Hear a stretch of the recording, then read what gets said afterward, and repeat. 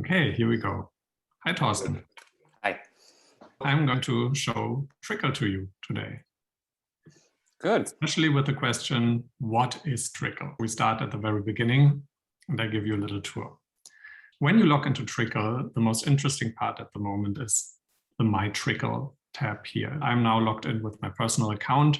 When you see here something, don't treat this as immediate endorsement. I collect here everything, as I explained in a bit. It could be also something that I'm generally interested in or that I want to check out. More on that later. What is Trickle? Trickle is a tool to collect, connect, and share your knowledge. And there's more to it, but this is the most interesting part at the moment. So how do I collect knowledge and Trickle? How I define knowledge at the moment, especially with Trickle, is things that are online. Of course, knowledge is so much more, but nowadays, for every idea, for every thought, for every statement, you find something online that represents this in a very nice way. This is one of the core theses of Trickle, that the best knowledge is already out there. You don't have to reinvent it. You just have to find it at the right time. And if you find it, hold on to it, and then you can share it with other people and you can have it as a source to reference it as much as possible. We have 4 different types of entities in Trickle. So here you see the 4 tabs, and let's focus on sources for a bit. Sources can be anything that has a URL, so anything that is online. So you see here, for example, a newsletter, a Medium article. That's also a Medium article, I think a website. You see a YouTube video. This is a newsletter website, a podcast. Right? Each podcast also has a website with the show notes and so on. Everything with the URL can be a source. Mm-hmm. Now, you know that already, but remember that's your part here to represent a user that has never heard of Trickle before. So ask questions if I explain something in a way that you don't see as immediately clear. No, the pictures come automatically, right? Exactly. I show in a bit how you add things to Trickle, but first of all, we need to clarify that a source can be anything with the URL. What I like specifically is also tweets. You can save tweets in here. Maybe I find one here. If not, then I can also search for it. Let's introduce this functionality. Of course, you can search your Trickle, and you see here, recently, we upgraded into a version that saves also the image of a tweet, but in the past, we only had the icon. But you see here that these are tweets that I saved in Trickle. Now, let's stay at this one entity for a bit with the source, because I said you can collect, connect, and then share your knowledge. So let's move on to the connect part, staying with the sources. So how do you add something to Trickle? Maybe I start with that. You can click here on the plus and add the URL here. That's the most basic version, not the most, let's say, convenient way to add something to Trickle, but it shows very well the principle that you, as long as you can hold on to a sharing link or the URL from a website or the URL from a tweet, you can, in every application more or less, there's now this sharing button that gives you a URL. If you got that, you can paste it in here. And so here on the top left, when you selected sources, and it works the same way for the other entities that I also explain in a bit. But that's maybe let's keep it with this for now and make it more convenient then later on. I like if you added something here, right? And you see already that I, of course, added quite a lot of sources here, over 2,000 to my Trickle. Of course, I did this over time. Like I use it now for much longer than a year during development and so on. You have it inside now your Trickle, and then you can connect it. Connecting means, if I click here on the connections button, that I find it related to also other items in my Trickle. So I can connect things that I have in Trickle with each other. And this is really a big thing. That's the core innovation of Trickle. And it's a little bit tricky to get it because it sounds very small, but it has a large implication of a whole trickle. So I connected this source to the other items in Trickle. Let's do it like that. For example, to other sources and also to other entities, as you will explain later. Yes, exactly. To these other entities. I will probably move to them now, but here you find a source. And why is the source? If I click on it, then I see that this source is not only connected to the item that I just showed you, but also to other items. Yeah. Because this is a newsletter. And in this newsletter, there I found this article. Mm-hmm. So now I immediately see, okay, if I open this article in Trickle in the connection view, then I see, oh, I got it from that newsletter. And maybe I connected, and I also connected it to the author of the source of this article, and I connected it to a kind of organization, to a stream, and a stream is like an organizing mechanism in Trickle. So you can do both. You can first of all connect it to the let's say newsletter where you got the source. Plus, you could also connect it to other sources. Doesn't have to be from that newsletter, that does somehow relate it. Exactly, right? And I have it completely under my control to what I want to connect it to. I can connect it to another article that it reminds me of. I can connect it to a topic that I'm currently investigating. I can connect it to people. For example, sometimes I connected this to the author. Now I can also connect it, for example, to you if you told me about that, if you introduced me to that article, or if I want to reference it to you in the future, whatever. Mm-hmm. It's up to me how I want to connect it. And a connection always has these two sides. You can picture it a little bit. Imagine you are in a web and then you jump like on a link from one to another. That's happening here. If I now click on the newsletter where I got it from, I see what else did I connect to the newsletter. So I connected not only this article, but other articles that I extracted from this newsletter. And this article where you just came from will also be in this connection page. It must be here. That's an interesting thing because everything is on Trickle, right? You have to add it first to Trickle before you can connect it with each other.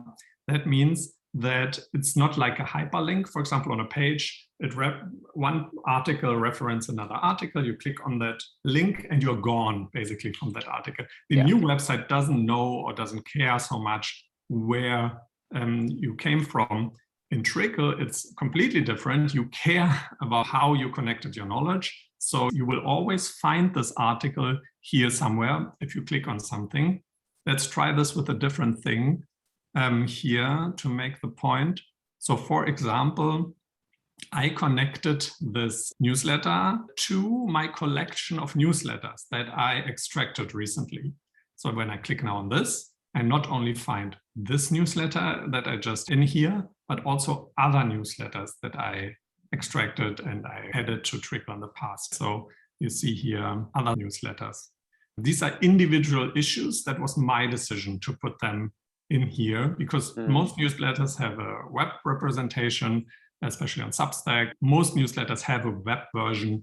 I can add that web version as a source, and then I can start connecting things with each other. Mm-hmm. Okay, let me go back here. I just see the site is a little bit slow. I forgot to say that at the beginning, Trickle is in an early access version. We are going to add this also here as a little disclaimer.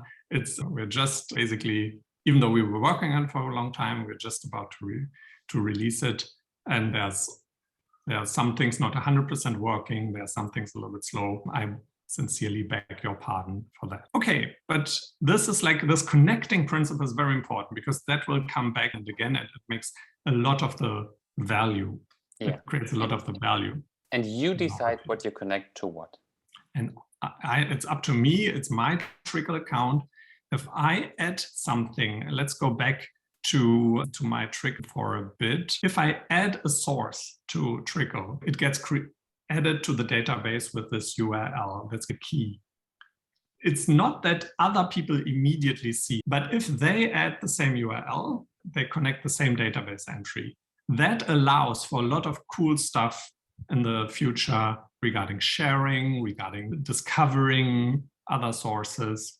So keep in mind, if you add a URL to Trickle, it's added not into your personal vault, let's say, where only you will have somehow access to the data of that URL. If other people know the same URL and add it also to my Trickle, they connect the same entity. They will not know that I added it to my Trickle if I don't want to share it with them. Exactly. That's also, we are now going into a rabbit hole, but that's totally fine because it's important. Probably know the sharing links of Google Docs, right? Or Notion, you can create a sharing link. And everybody with that link can access the file. But that doesn't mean that the file is immediately discoverable on Google and so on.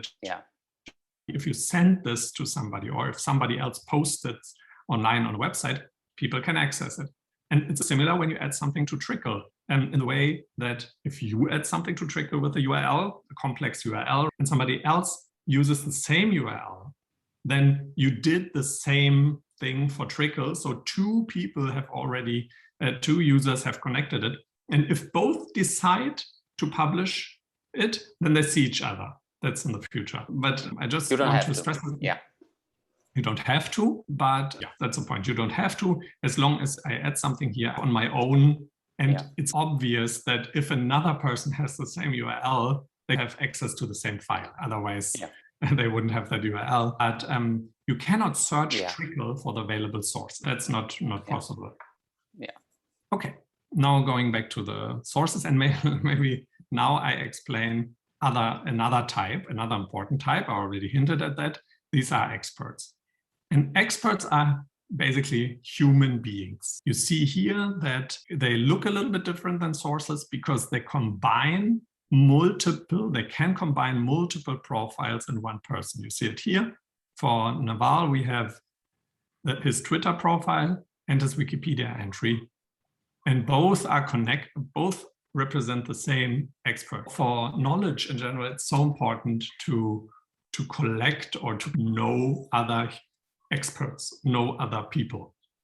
And we have this, the guiding principle is that everyone is an expert in something, not in everything, but in something, or can be an expert.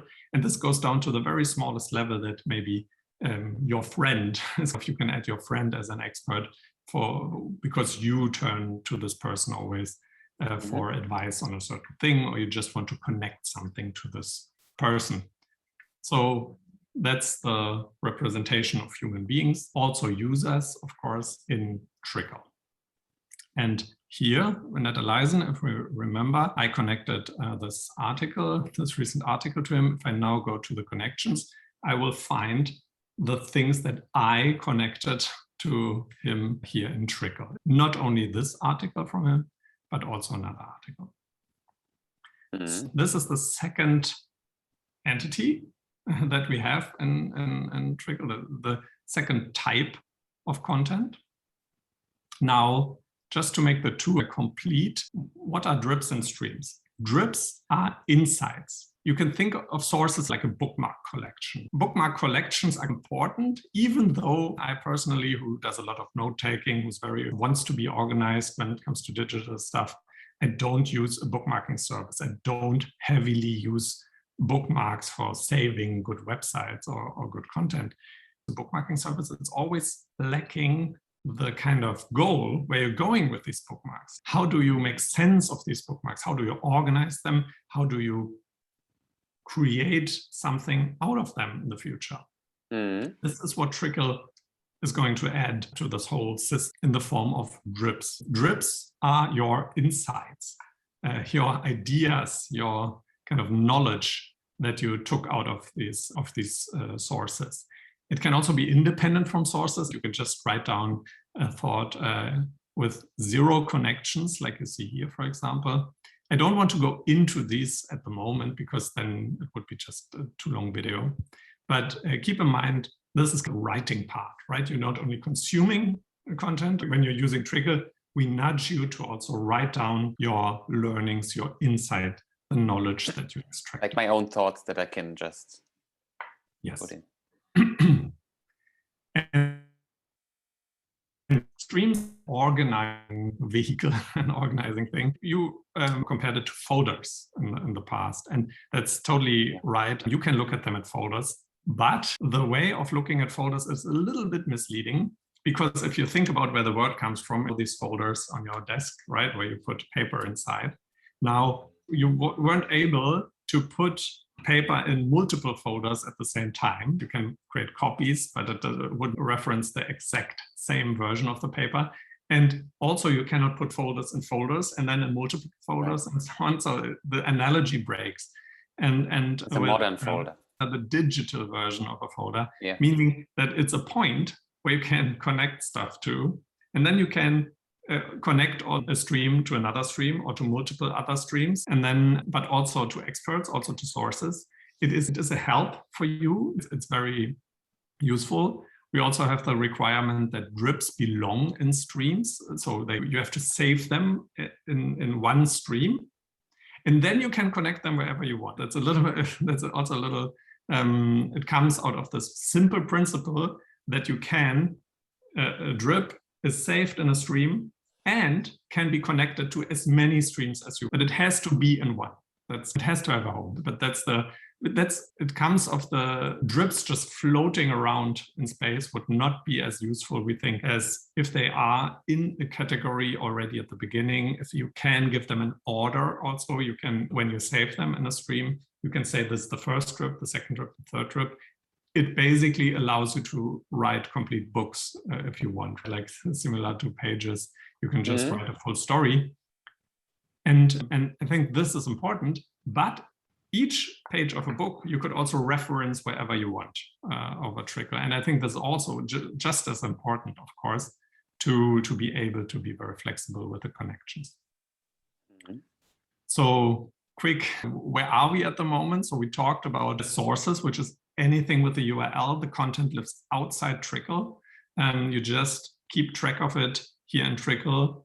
And of course, it is time-based. You see, the further I go down, the further in the past it was that I added it to Trickle.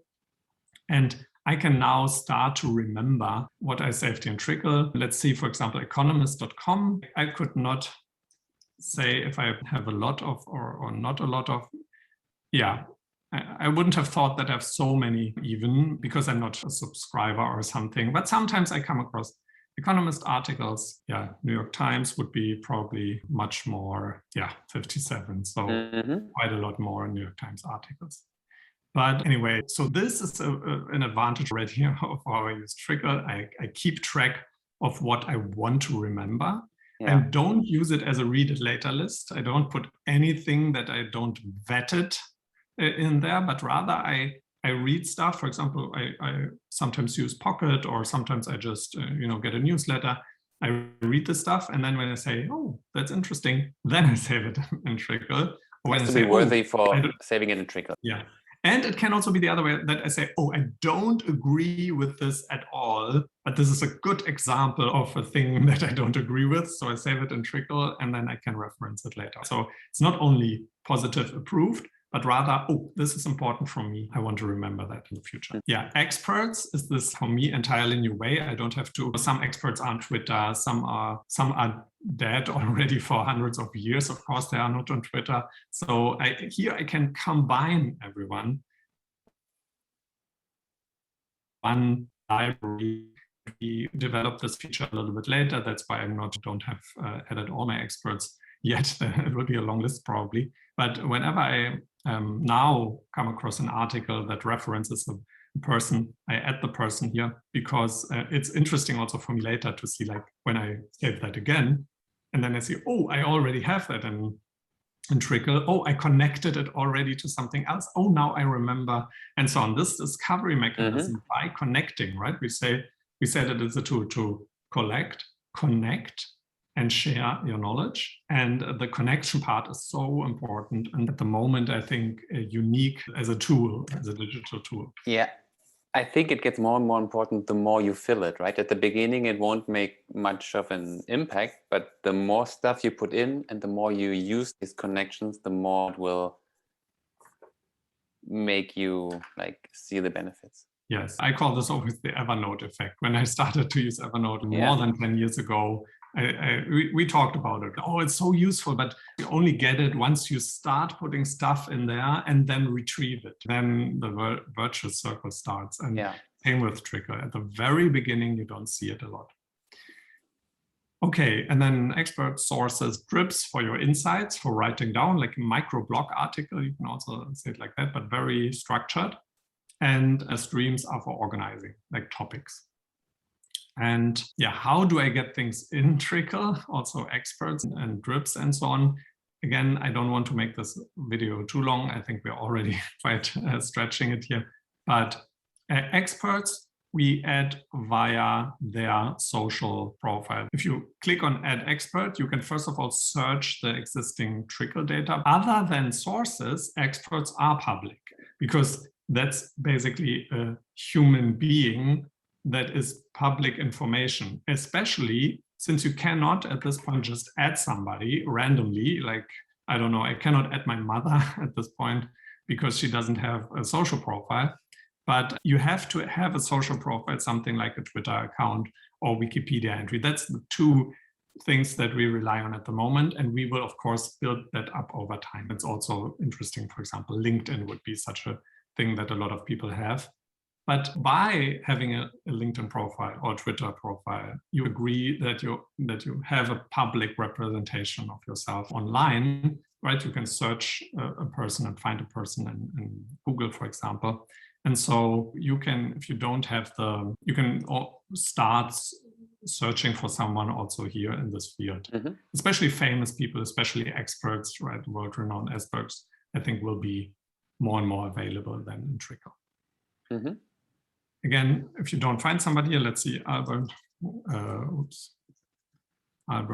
Einstein and Albert Schweitzer are already here. And then you could also, again, add via link and then add a link.